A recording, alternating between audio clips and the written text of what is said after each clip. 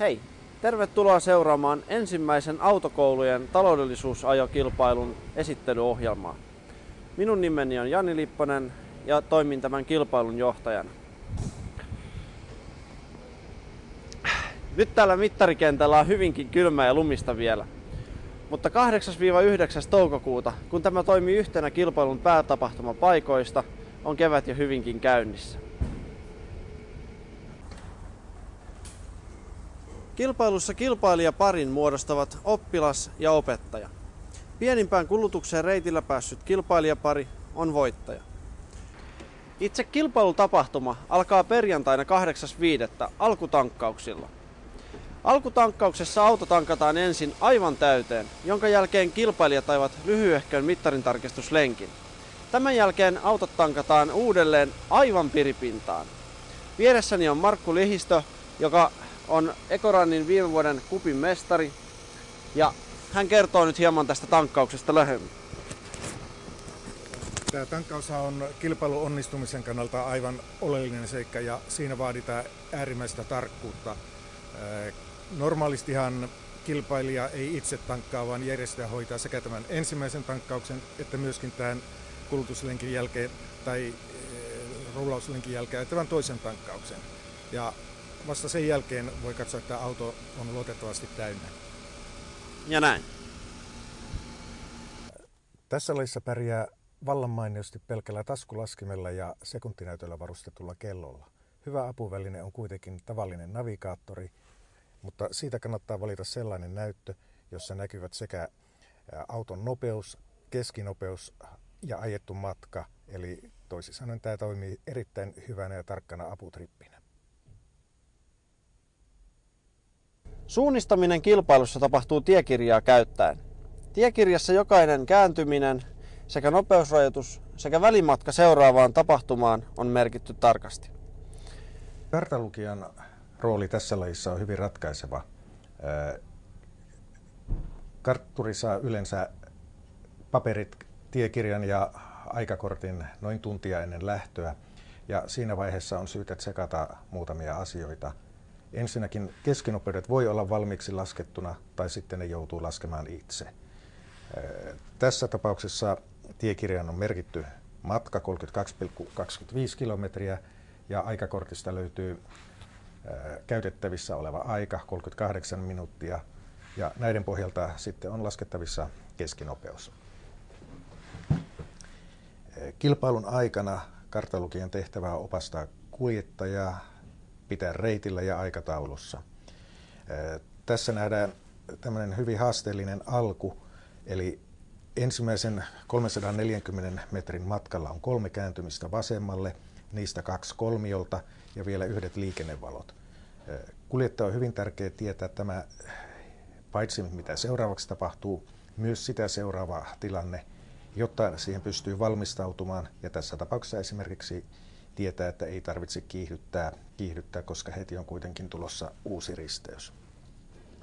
Tässä tiekirjassa on muutamia muitakin mielenkiintoisia haasteita. Täällä näkyy esimerkiksi rautatien tasoristeys, joka on vartioimaton. Siihen on merkitty stoppi, eli pakollinen pysähtyminen, jota ei välttämättä ole kuitenkaan merkitty tuonne maastoon, eli tavallinen kilpailussa ei mukana oleva auto pystyy ajamaan siitä suoraan, mutta kilpailijoiden on pysähdyttävä ja sitä yleensä myös valvotaan. Samalla tässä on tietysti pieniä varoituksia, että tulee varoa junaa.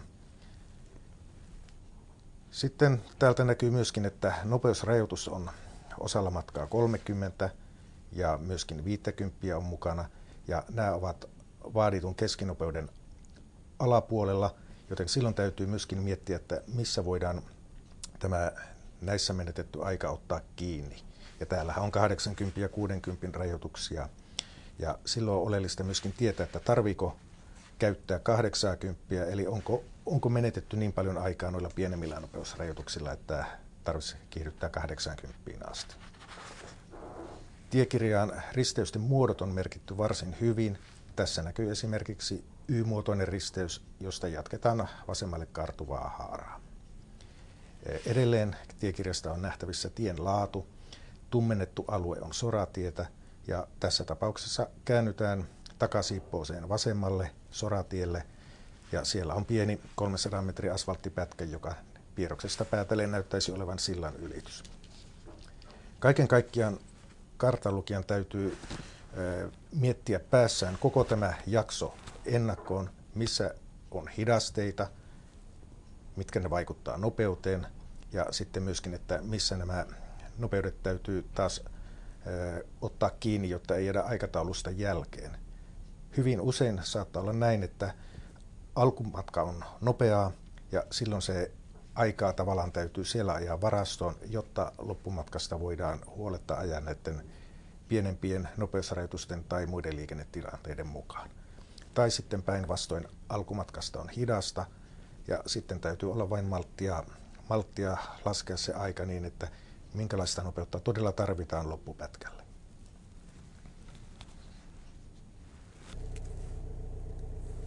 Lähdetäänkö ajamaan? Niin? Joo, minnekäs mennään. Eli vasemmalle. Ja seuraavaksi 110 metriä käännymme vasemmalle. Kolmioristeys. Tiekirjassa on myös kolmio merkittynä ja löytyy täältä maastosta kolmio. 120 metriä käännymme uudestaan vasemmalle.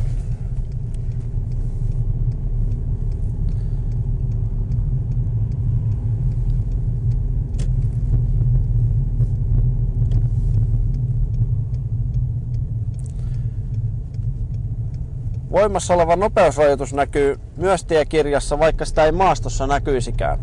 Silloin nopeusrajoitus on merkitty katkoviivoin. Käännetään vasemmalle, Bemböölle.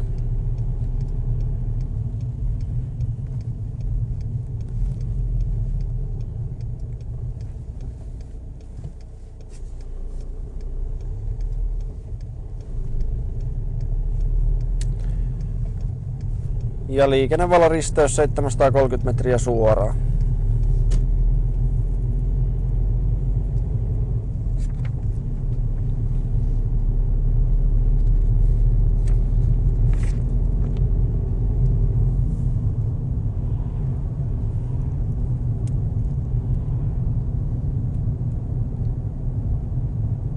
edellä olevaan kannattaa pitää välimatkaa, jotta ehtii reagoida sitten mahdollisiin jarrutuksiin ja muihin muutoksiin.